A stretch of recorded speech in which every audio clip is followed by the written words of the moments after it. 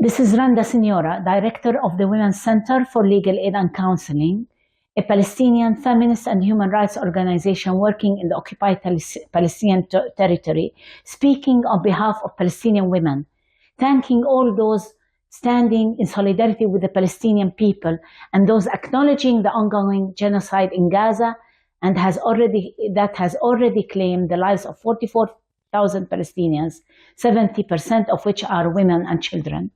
At least 90% of the Gazan population have been already forcibly displaced more than once and sometimes over 20 times.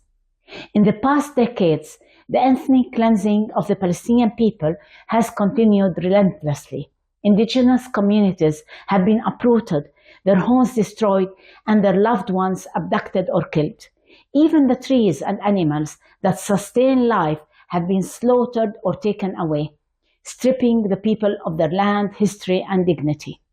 But ever since the 7th of October, new era of brutality has been unleashed, with a complete destruction of the Gaza Strip that has been sieged for 18 years.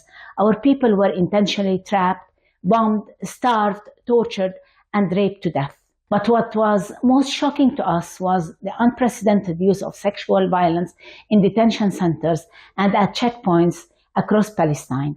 Women have reported to our organization that they have been subjected to multiple forms of sexual violence, including rape, molestation, invasive public nude searches, and even being videotaped while unclothed.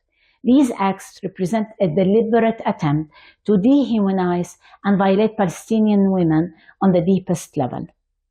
In this regard, men were also subjected to sexual violence. Today, the UN Special Rapporteur on the occupied Palestinian territories, Francesca Albanese, reported harrowing account. She stated that Dr. Adnan El-Bursh, a renowned surgeon abducted from the Gaza Strip in 2023 and later pronounced dead in Israeli detention in April 2024, was likely raped to death. This chilling revelation underscores the brutal and inhuman treatment endured by Palestinians in detention. But perhaps the most harrowing realization has been the openly genocidal statements made by the Israeli officials, declaring their intent to eradicate the Palestinian people, sparing no one. These statements have been followed by actions such as complete cut-off of food, water, fuel in the Gaza Strip.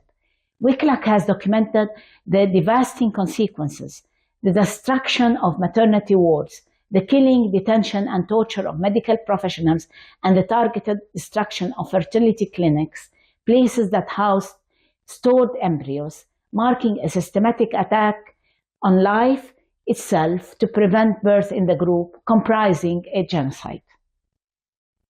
Today, I call upon you to realize that this is no longer about Palestine, Israel, in setting a precedent to the world that a genocide can go unpunished.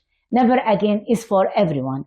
You can take action by boycotting, speaking up, and spreading awareness about Palestine. Pressure your elected representatives to demand an immediate ceasefire, to support a two-way arms embargo, and demand the cessation of diplomatic, economic, and academic relations with Israel. Every voice matters in the fight for justice.